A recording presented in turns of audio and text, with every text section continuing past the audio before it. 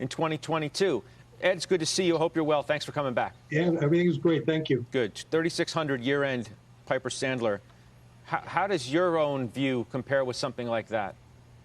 Well, we're aiming for the same kind of number. I've got 3,500, but by the end of next year, I'm a little bit more patient. I think we need to do some consolidating of the gains we've had since March 23rd.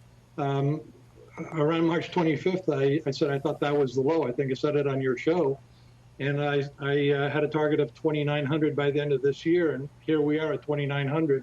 I think it's seen a tremendous amount of rebalancing out of cash and bonds into stocks. I completely agree with Kevin that stocks right now are the asset of choice, and if you want to have any possibility of getting something like a 7% return, which a lot of pension funds are targeting.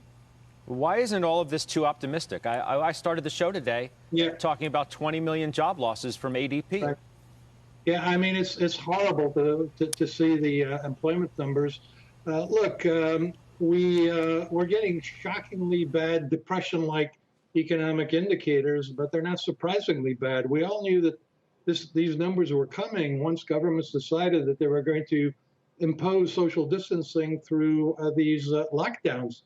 Lockdowns are just shutting down the economy, and that's what we're seeing. Now, the Chinese did something very similar. They shut down their economy, but then they gradually opened up, and things are starting to pick up over there. And I think that's what the market is anticipating, is that we just can't keep this thing locked down without creating a lot of damage on the economic side that starts to cost lives. And so I think we are going to gradually open it up. Hopefully we'll do it intelligently. I think we should all be wearing masks, and I think we should all have our temperature taken walking into stores or any public facility. So let's do it intelligently. And if we do so, I think we can gradually open up. And that's what the market is anticipating. Yeah, but what if it doesn't go as smoothly as it sounds on paper? It's not going to go that smoothly, obviously. And it's a big country. And every state seems to be running the show independently of certainly the federal government. There is no sort of federal coordination of what the states are doing, but I think all the state governors are under a lot of pressure to open up gradually, intelligently, and I think they're doing that. But there will be setbacks for sure, though. You know, this virus isn't going to go away overnight. I hope it does, but I seriously doubt it, and it's going to be. It may be something we have to live with if we can't find a virus and a cure.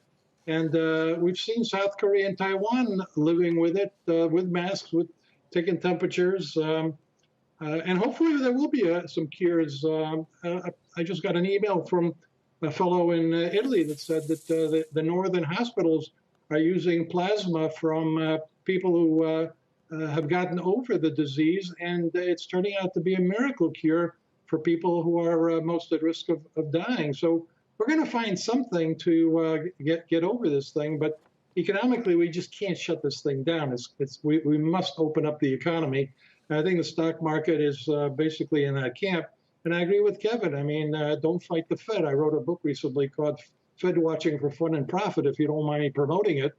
And I was pretty depressed when I published it in early March. I figured, who's going to be interested in the Fed now? I should have written a book on virology. Well, suddenly, the Fed on March 23rd, instead of bazookas and helicopters, they said, the heck with that. We're going to go straight to B-52 bombers. And they've been carpet bombing the economy with trillions of dollars, with more to come. No wonder the stock market had like this extraordinary rebound. We'll probably hold these gains. I do agree with the bulls. I'm one of them that we may actually retest the highs well before we ever retest the lows. I don't think we're going to retest the lows. Yeah, we'll leave it on that note. Thank you. This conversation is just going to continue. That's where we're at. I mean, this is right. How does this all make sense amid very bullish calls against a very, very ugly backdrop? I mean, there's no other way to say it. You're right. Ed, I appreciate your time. You can promote your book anytime. You did anyway, whether I wanted you to or not. It doesn't matter. That's Ed Yardeni. We'll talk to you soon.